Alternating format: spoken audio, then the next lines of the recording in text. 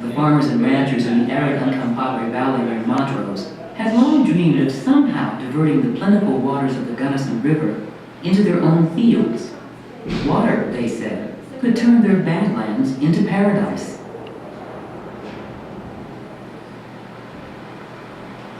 But the only way to get the Gunnison's nourishing waters would be to build a tunnel through the crystalline walls of the Black Canyon.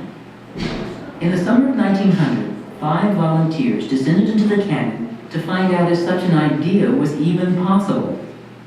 One of the volunteers was William W. Torrance. He would have found it to be a great challenge and a great desire keenly desiring to come back to the canyon to locate that best location of the Gunnison Tunnel.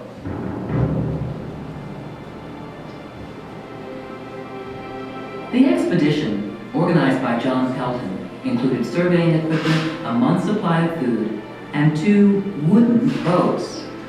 Torrance and the volunteers called it a great adventure.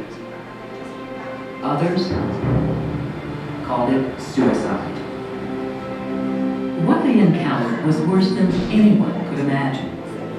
On their very first day, one of the boats slammed into a rock and shattered into pieces. Floating down the river, along with splintered pieces of wood, were most of the group's supplies. Still, Torrance and the others forged on, wet, cold, tired, and hungry.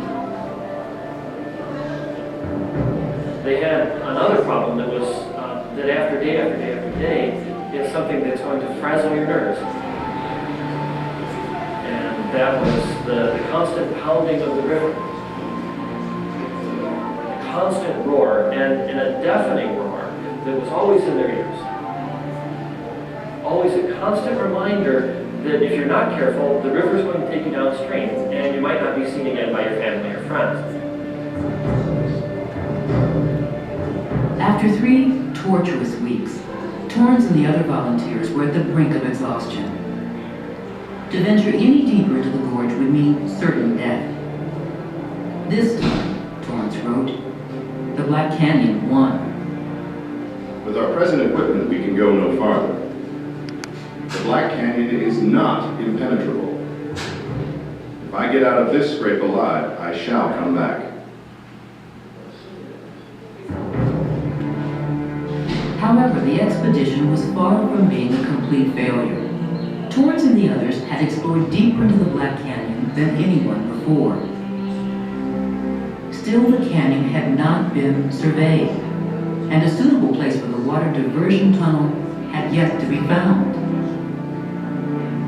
The next year, 1901, Torrance was hired by Abraham Lincoln Fellows, an engineer from the U.S. Bureau of Reclamation.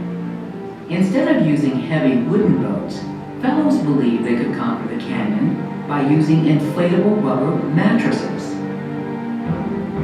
In August 1901, Fellows and Torrance entered the Black Canyon with rafts in tow. For days, Torrance and Fellows floated deeper and deeper into the unknown.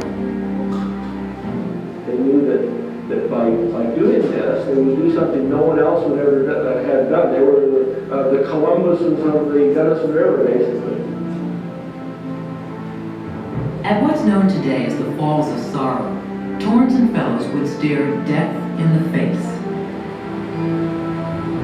Here the Black Canyon narrows to 40 feet, and the Gunnison River roars in all its fury. Torrance says to Fellows, I don't know that we're going to make this. I don't know that we're going to survive this. And Fellows says, well, we have to try. And so they're standing on the brink, listening to this deafening roar, and Fellows jumps in.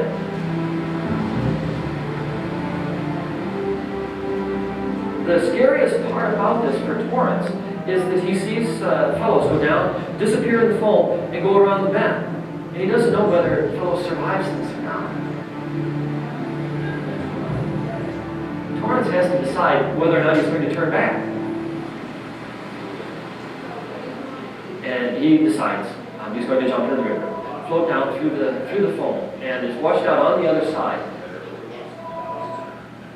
And there happens to be Fellows. They give an embrace, laughing at their success, that they had endured this part of what the river had to offer.